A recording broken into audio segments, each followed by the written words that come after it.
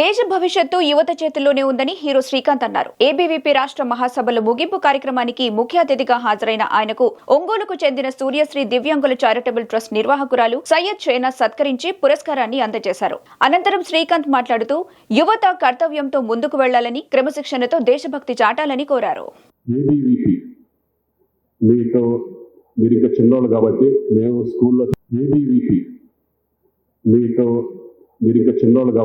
మేము స్కూల్లో చదువుకున్న కాలేజీలో చదువుకున్నప్పటి నుంచి నేను కర్ణాటకలో ధారవాడ అనే ప్లేస్లో కర్ణాటక యూనివర్సిటీ అక్కడ ఏబీవీపీ చాలా స్ట్రాంగ్గా ఉండేది, చాలా స్ట్రాంగ్.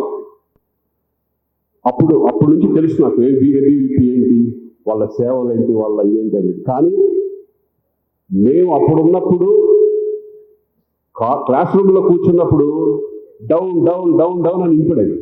అమ్మ వచ్చేసారు, మనం చక్కగా దుమ్మా కొట్టే సినిమాలకు వెళ్ళిపోవచ్చు అనే ఆలోచనలో ఉండేవాళ్ళం మేమంతా. కానీ దాని గురించి అవగాహన తెలియదు మనకి.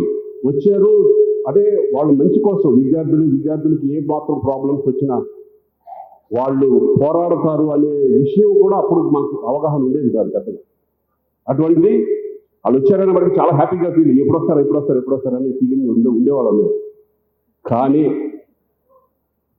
దాని వెనక ఎంత గొప్ప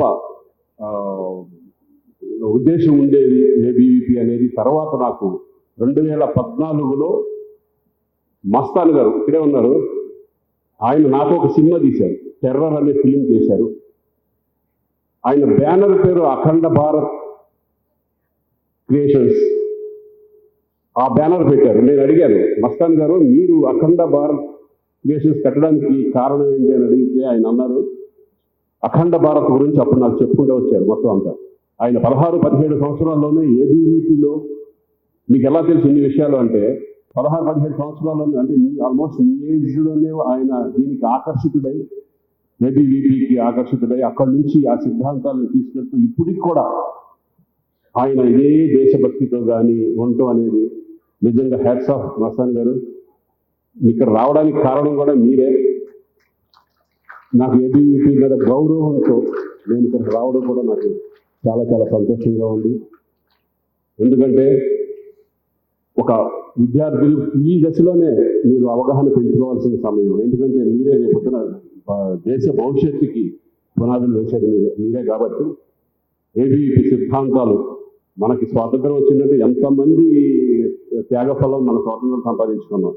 అటువంటిది మీరు కూడా ఈ దేశం మీద ఒక భక్తి కానీ, వాళ్ళ సేవలో ఏమేమి చేయాలి, ఎలా ఉండాలి, కన్న తల్లిని మనం ప్రేమించడం, కుటుంబాన్ని ప్రేమించి, అలాగే దేశం మీద భక్తి, దేశం గురించి ఆలోచించి దేశానికి ఏం కావాలి, అలాగే ఎన్విరాన్మెంట్, ఇవన్నీ చాలా ఉంటాయి. అన్నింటి మీద అవగాహన పెంచుకొని ఈ పొద్దున దేశ భవిష్యత్తుని మీ చేతుల్లో ఉంది, మీరు ముందుకు తీసుకెళ్లాలని కోరుకుంటున్నాను.